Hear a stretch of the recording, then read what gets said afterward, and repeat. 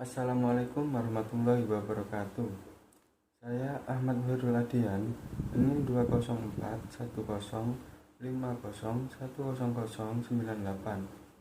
Di sini saya dari kelas Perbankan Syariah 3. Saya akan menanggapi video yang telah dijelaskan oleh Bapak Abdul Wadud Nafis, yaitu tentang pengangguran dalam perspektif Islam. Di pembahasan yang pertama yaitu ada pengertian pengangguran.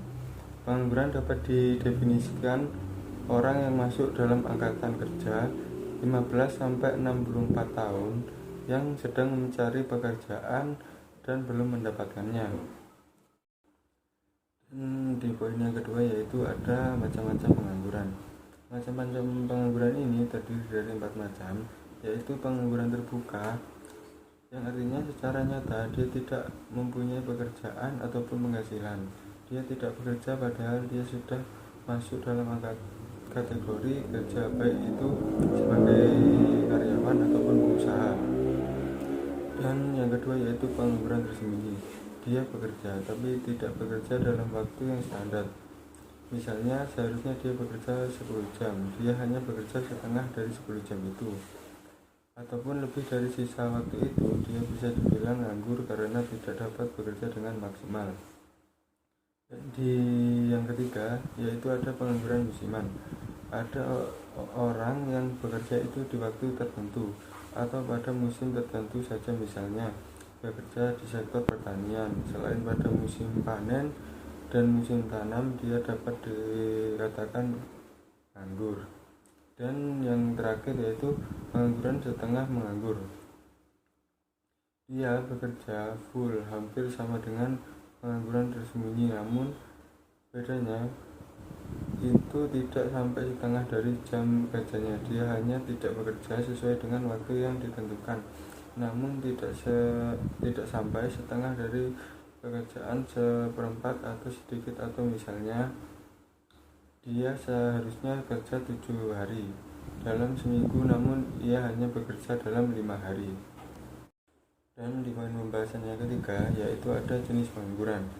Jenis pengangguran ini dibagi menjadi 4. Yang pertama yaitu pengangguran fiksional. Orang yang tidak bekerja, yang sebelumnya dia bekerja kemudian mencari pekerjaan baru. Dan yang kedua yaitu pengangguran siklikal. Pengangguran yang misalnya dia diakibatkan karena dia di PHK, dia diberhentikan karena akibat dari siklus ekonomi. Dan yang ketiga yaitu pengangguran struktural. Terjadinya penurunan ekonomi, misalnya seperti saat ini, karena adanya COVID-19 yang terjadi sehingga harus diberhentikan. Dan yang keempat yaitu pengangguran teknologi. Misalnya dulu orang yang saat panen, dan sekarang sejak adanya teknologi maka pekerjaannya digantikan oleh teknologi. Dan poin pembahasan yang keempat yaitu ada dampak pengangguran. Dampak pengangguran ini yaitu ada 10 dampak yang terjadi. Yang pertama, menurunkan pendapatan per kapita dan pertumbuhan ekonomi. Yang kedua yaitu meningkatkan biaya sosial. Yang ketiga, penurunan aktivitas perekonomian. Yang keempat, menurunkan tingkat keterampilan. Yang kelima, kegiatan distribusi kurang lancar. Yang keenam, terjadinya kemiskinan. Yang ketujuh yaitu kurangnya gizi yang terjadi pada masyarakat. Yang kedelapan yaitu tindak kriminal meningkat. Yang kesembilan, produktivitas tenaga kerja rendah. Dan yang terakhir yaitu upah yang rendah.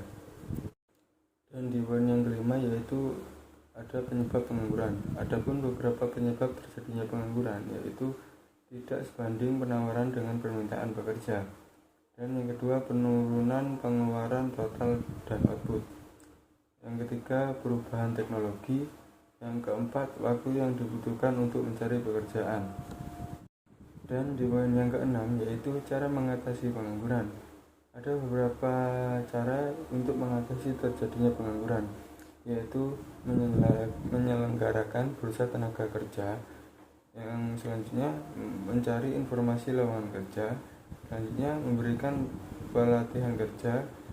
Dan selanjutnya, membuka lapangan kerja sebanyak-banyaknya. Selanjutnya meningkatkan peredaran modal usaha, dan selanjutnya meningkatkan jiwa kewirausahaan, dan yang terakhir transmigrasi.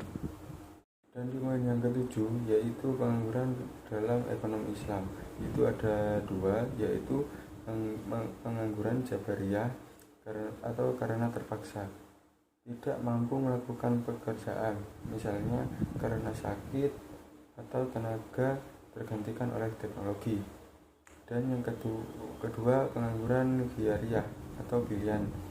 Dia punya kemampuan dan peluang untuk bekerja, namun dia tidak mau melakukannya, misalnya dia karena memiliki harta yang banyak dan warisan yang banyak dan lain sebagainya.